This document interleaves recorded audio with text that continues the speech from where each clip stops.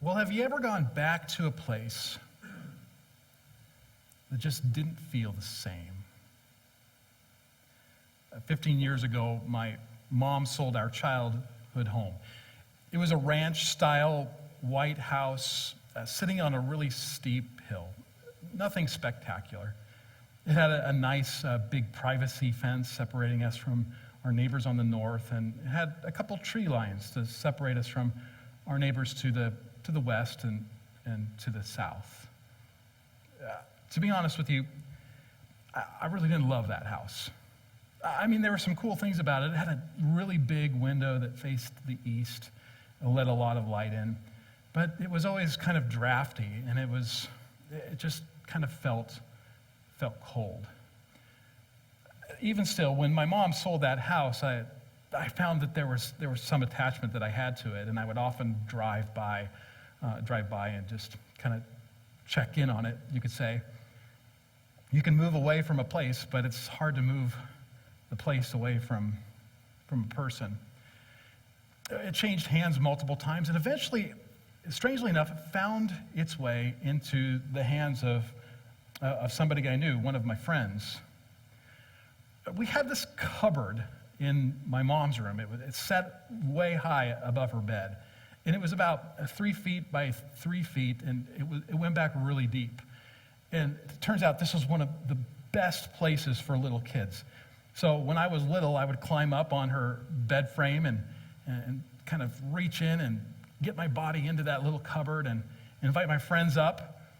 We'd bring markers, and we would draw our favorite superheroes and put our names on the walls. I don't think that was something that we were supposed to do, but that's something that we did anyways. Eventually, my sister and her friends found their way up there, and she would cross out things like John's play place and put Jackie's play place instead. There was a little bit of a battle going on back and forth, but anyways, it was the perfect place for kids. And it turns out my friend discovered this little cupboard with all of our markings all over the wall. She took a picture of it and sent it to us, and what a blast from the past. That was great about the experience, but not everything was so great about the experience. The house had some needed remodeling. There were some needs for remodeling. And thanks to the gift of social media, my friend replaced some of the kitchen. We found out that my friend was replacing some of the kitchen windows. And it was drafty. This was something that needed to be done, but they were replaced with really small windows. And we had these nice sized windows that could look out to the backyard. And all I could think of is, what did they do to the place? And there were several other changes that my mom had many opinions about as well. Well, maybe for you, it was an experience at a class reunion that made you feel like an old school was not the same as it used to be. Or perhaps you reconnected with an old friend, only to find that the friendship felt different. Perhaps you returned to an old church or community after a long time, and you discovered that something changed, something wasn't quite the same. And experiences like this, they can be unsettling, can't they? It's the same place. It feels different, though. And maybe you're wondering, has the place changed? Or have I changed? Well, today we are starting a new series called The Me We Want to Be. The Me We Want to Be. As you can see here in the graphic, there's some flowers, which I suppose is fitting in light of Valentine's Day. But if you don't find yourself to be a particularly romantic person, that's okay. This image is really meant to invoke flourishing and life. On the left side of the image, you can see crumpled up paper that distorts and warps the image of the flower as it kind of transitions as you move to the right to a clear picture, a more beautiful, outstanding image of a flourishing and, well, of the me that we want to be. But But how can we be the me that we want to be when we find our places are changing? Don't we need stability to take the next step? Now, if that doesn't quite feel true to you on the surface, or maybe it doesn't feel as relevant, I want to emphasize that this is an important question for us today, because when we lose the past, we lose the future. When we lose the past, we lose the future. That might also sound strange, but the past, it connects us by way of identity. Well, it informs us who we are. The past can sometimes inform us on where we will be going. And maybe most importantly at all, the past often informs us where we belong. Where we belong. Maybe for you, all it takes is the image of a kitchen window from your childhood to take you back. Or maybe all this is something bigger, like a stable sense of family. And now, sometimes it is good to lose a place. Sometimes it is good to lose a place. There are also places that are not good to lose, like family, faith, community. But as stable as those things ought to be, sometimes that's simply not the case. So what do we do when life moves us where we never wanted to be? I got a hunch that was the question that was on a man by the name of Ezekiel's mind as he sat by a canal out in the middle of nowhere in Babylon on his 30th birthday. Now, I could be wrong, but even for many of you who read your Bibles on a daily basis, chances are Ezekiel, the book that bears his name, is not a book that you've picked up recently or that you pick up often. Ezekiel was written after the first wave of people from Jerusalem were taken by King Nebuchadnezzar to Babylon. His empire swept through Judah, taking all the skilled people from Jerusalem and all of the nobility, leaving the rest in ruins. And Ezra was among those who were taken. They were called exiles in Babylon. Now, 30th birthdays were a big deal back then, especially if you were part of the priestly class, because your 30th birthday would mark the day that your ministry began. And that's where we find Ezekiel at the opening of this book. But there's a problem. They weren't near the temple, and that's where a priest service was had. Without any service, there is no priesthood. Can you imagine how Ezekiel must have felt sitting there on his birthday? How he must have felt, it's not hard for me to picture him sitting there and praying something like this. God, there was a plan. Everything was going this way, and suddenly you pulled out the rug from under us. You took our past. Now, I have no future. Ezekiel's father was a priest. His father's father was a priest. It went back generations, and it might be hard for us to imagine in our more career-fluid time, but it would have been akin to something like losing the family farm or losing a generational business. This was big. This was hard. But on his 30th birthday, God took Ezekiel in a surprisingly different direction. Suddenly, by that canal, he experienced this wild vision. A storm cloud came up, and he saw these creatures with hands and with wings that had 4 faces: a face of an ox, a face of a lion, the face of a man, the face of an eagle. They were hovering in the sky, and below them there were these wheels that were spinning that had eyes in the wheels. And within the wheels, there were wheels spinning that had eyes on them too. Above everything, there was this throne with this figure sitting on the throne whose legs were on fire and whose face was filled with glory. This isn't just Ezekiel's radical introduction to ministry. Well, this is our introduction into the book of the prophecies of Ezekiel as well. And that's where we start out, in these odd, uncomfortable, at times, illustrations. It's like this occurs throughout the entire book, and it's like Ezekiel is taking a page out of the book of Revelation. But in fact, the book of Revelation is taking a page out of Ezekiel. Some scholars speculate that over 60% of the allusions in the book of Revelation come from the book of Ezekiel. So it's pretty wild. Well, over the next 3 weeks, we're going to be exploring this book. And it's 48 chapters long, so we're going to have to kind of narrow our focus a little bit. But before we do, let's just take a brief overview. There are 3 parts of Ezekiel. The first part, chapters 1 through 24, have to do with judgment on Jerusalem and Judah. The second part have to do with oracles against nations.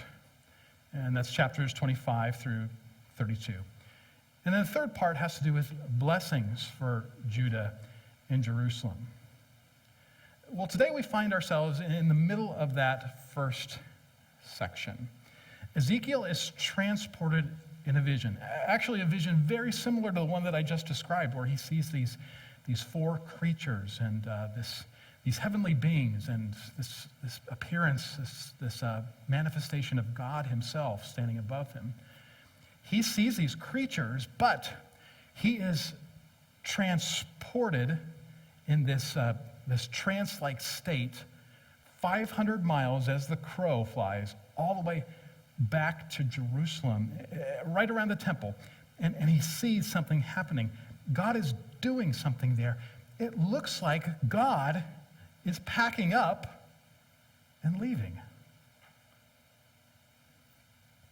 It doesn't take long for us to figure out why. There are 2 leaders there by the name of Pelatiah and Azur who are plotting evil. And this is something that they say. They say this in chapter 11, verse 3. The time is not near to build houses. This city is a cauldron. We are the meat. What does that mean? Well, first, what does it even mean that the time is not near to build houses?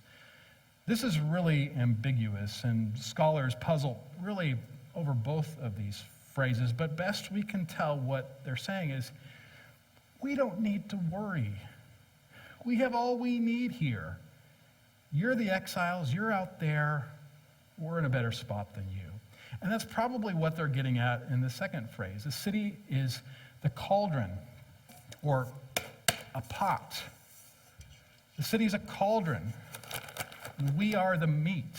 Now, that could sound like from one angle, it could sound like not a great illustration because you're being cooked. But what he probably means here is that we are the meat and you are the excess. You exiles, you're the waste. You're the stuff that was cast off. You're not the good stuff. God, well, maybe not God, as we'll see in a minute, but we're the good stuff. We were kept here for a reason. And these people are probably not only exploiting the poor, but since the nobility and the skilled people, some of the rich left, they're probably exploiting the rich in their absence also. I don't know, but maybe it would have been easier to believe these guys if we were in Ezra's shoes. Nobility and tradesmen were the only ones that were taken, and these were the people that were left. Could God be blessing them? Could there be a curse on the castaways? Maybe you did everything right in the marriage that failed. As you watched somebody who did everything wrong succeed. Or maybe you prayed in the midst of a sickness for healing, and you didn't see that come to fruition. But you watched as the person who didn't pray was healed. Or perhaps you lovingly and carefully raised a child who walked away when someone who was indifferent had children who stayed. But something in this story was happening behind the scenes. Ezra saw something that they did not. The presence of God was departing from the sanctuary. These leaders were living in a false sense of security. You want to know what one of the worst things about a false sense of security is? It's this: we never really know when we have it. You know, sometimes we see these warnings. We see the fuel light turn on right next to the speedometer. Or we plug something in, we see a few sparks fly. But often there's still a part of us that says, oh, that'll be fine. No big deal. That's why it is such a rude awakening for us when a relationship won't tolerate more empty promises of change, or an employer won't take any more sick days.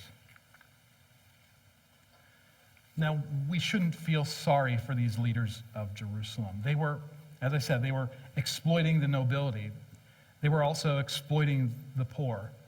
But it really goes beyond that. They were cozying up to idols, believing that God had left.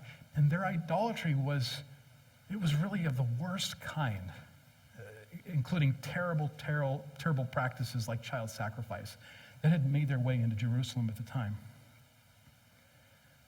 And we shouldn't be surprised about the results. One of the leaders, Pelatiah, he died. God took the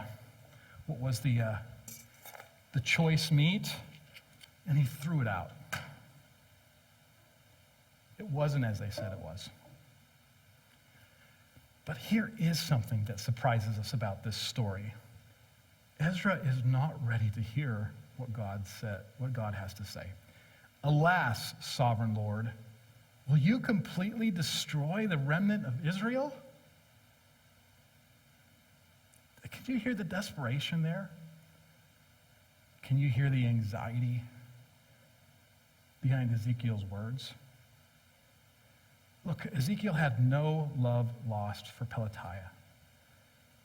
But if the remnant disappeared, then Jerusalem would be lost. There would be no chance of going back. It turns out, and this is important, it turns out that even the best of us are willing to tolerate a little evil for the possibility of going back to the way that it used to be.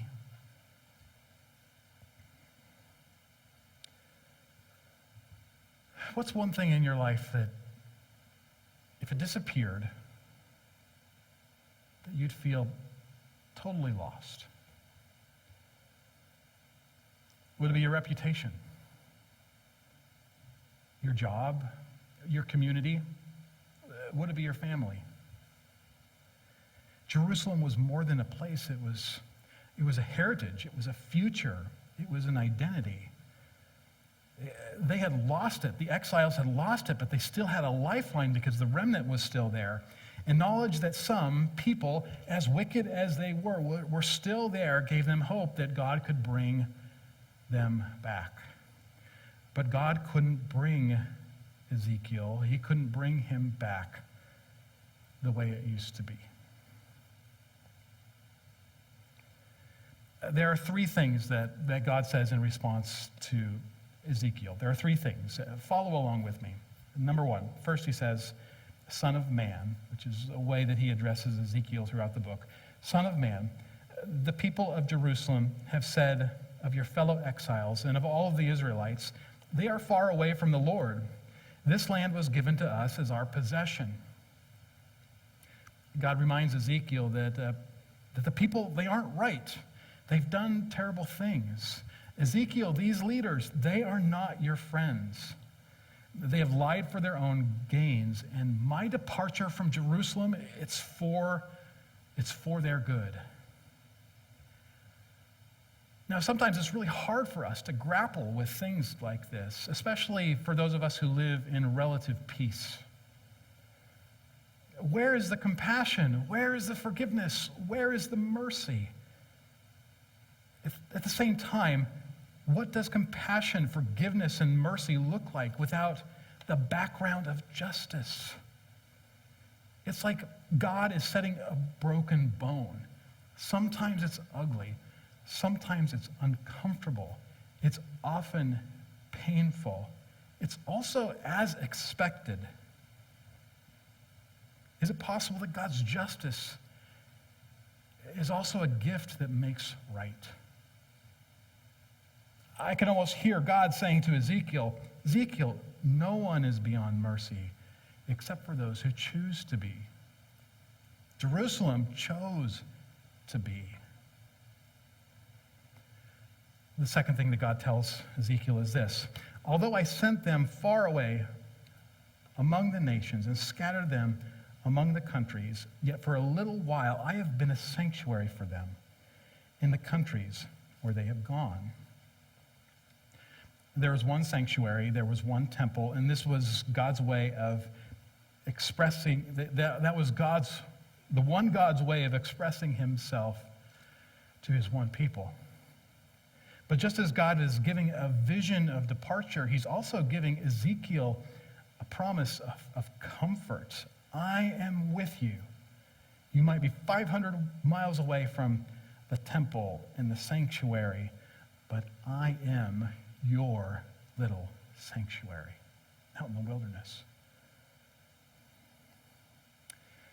The third thing that God says to Ezekiel is this: I will gather you from the nations, and I will bring you back from the countries where you have been scattered, and I will give you back the land of Israel again. The story isn't over. There's hope for community. There will be a day when the exiles of Babylon are exiles no more. It's the perfect story. God, he beats the bad guys. He brings comfort to the good guys, and he brings them back. But there is an important contingency, and this brings us to the heart of our story. This is what God says to Ezekiel. They will return to it and remove all its vile images and detestable idols. I will give them an undivided heart and put a new spirit in them. I will remove from them their heart of stone and give them a heart of flesh. They will follow my decrees and be careful to keep my laws. They will be my people, and I will be their God. God would bring them back. But something about it would be different. In November of 1989, the sequel, the blockbuster sequel to Back to the Future was released in theaters. But the sequel had a noticeable difference from the first. The protagonist, the hero of the first story, Marty McFly, his father, George McFly, who featured prominently in the first movie, was almost entirely absent from the second movie. And sometimes that's just a matter of storytelling, but there may have been a little bit of drama behind the scenes. In fact, the actor was replaced by another actor, flipped upside down on a hovercraft so you could hardly tell the difference. It turns out that during the first movie, the actor Kristen Glover, who played George McFly, well, he had a problem with how the first movie ended, and he had no qualms about making his feelings known. At the end of the first movie, well, just to track the plot, the hero goes back in time. He messes things up with his family. He has to fix things with his family. He does in the nick of time. He comes back and he finds that his family, they aren't just as they were much better. In fact, they were wealthy, and Marty finds a nice new truck sitting in a garage that's that's just for him. Well, the actor Crispin Glover, he had a problem with this. He was like, isn't this just a really sad reflection of capitalism and the American dream? And can't we tell more meaningful stories than stories that just promise financial reward? And apparently that was enough to cause the actor and the directors and the writers to essentially part ways. Well, whatever your opinion is of Back to the Future, it turns out that's kind of how the first movie goes. Marty enters into this conflict, into these issues, and the end result is that he ends up improving things for his family. In the second movie, he does something similar, except he ends up going to try to save his future family. Well, the third movie is just a little bit different. We learn throughout these stories that Marty suffers from insecurity. Whenever challenged to fight, despite better inclinations, simple questions such as, "Are you chicken?" Pulls him back to baser instincts. And in one of the final scenes, he decides to suck up his pride, he refuses to enter a fight, and he unknowingly saves his future. In the third film, it's Marty that changes. What changes is Marty. Well, something that I'm personally learning is that God sometimes intentionally brings us outside of our comfort zones, outside of our places of comfort or places of identity or places that we've previously known. And maybe for you, maybe for some of you, that those places of comfort and stability have to do with community or family. Could those places of comfort, could this also be true of spirituality? A couple of weeks ago, I shared a little bit about my spiritual journey and my story. And at the time, as I was about ready to graduate high school, where religion flipped for me. And that really opened up a door for me to experience a personal walk with God, something that was close and something that felt very real to me. That's an experience that I wanted to grow in, and that is an experience as a young man that I really wanted to keep. But what I've learned over the years, and at least for me, is that if I ground myself in experience with God only, I cannot be grounded when my experience with God changes. I think that this is probably why it's not so uncommon these days to see longtime Jesus followers and even Christian leaders walk away.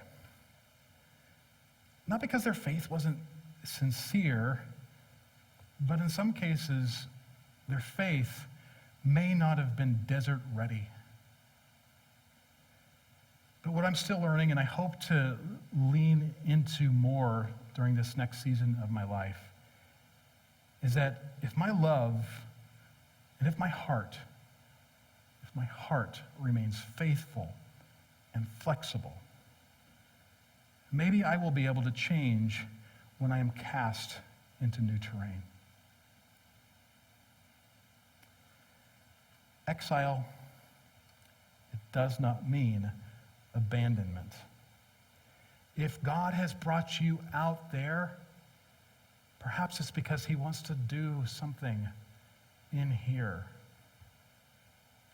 God can bring you back, but he won't bring you back the same.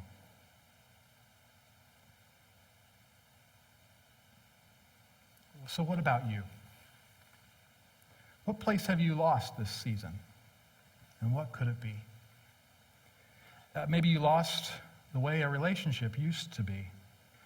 And you struggle because it just doesn't feel the same. And maybe it's because you're having a hard time forgiving. Now, we don't have all the time in the world to go into the complexities of forgiveness and maybe the reality that sometimes forgiveness needs time, and forgiveness needs space. At the same time, could God be inviting us to take a second look at those wounds? Could he be asking us, are you ready to receive his healing and bring his grace in what used to be? Maybe you have lost that simple faith, the way that your faith used to be.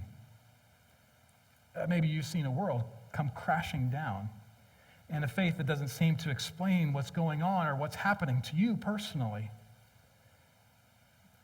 Perhaps you had hidden expectations of God, and not all of those hidden expectations are bad, but in some ways, maybe those hidden expectations are hindering. Could verbalizing those, could bringing those expectations to God be the start, be a new journey for you, be a new heart and a fresh start with him. My friends, you may not realize it today, but you're a part of God's story. He loves bringing people back. He also loves bringing life to hearts that lack. And the truth is, all of our hearts are in the midst of this tug of war between walking away from what pleases him and becoming everything that we were meant to be. God can bring us back, but he doesn't always do it the same way. God can bring us back, but he won't bring you back the same. Now that can sound scary, but if we trust in God, if we lean in him, it can be a really good thing.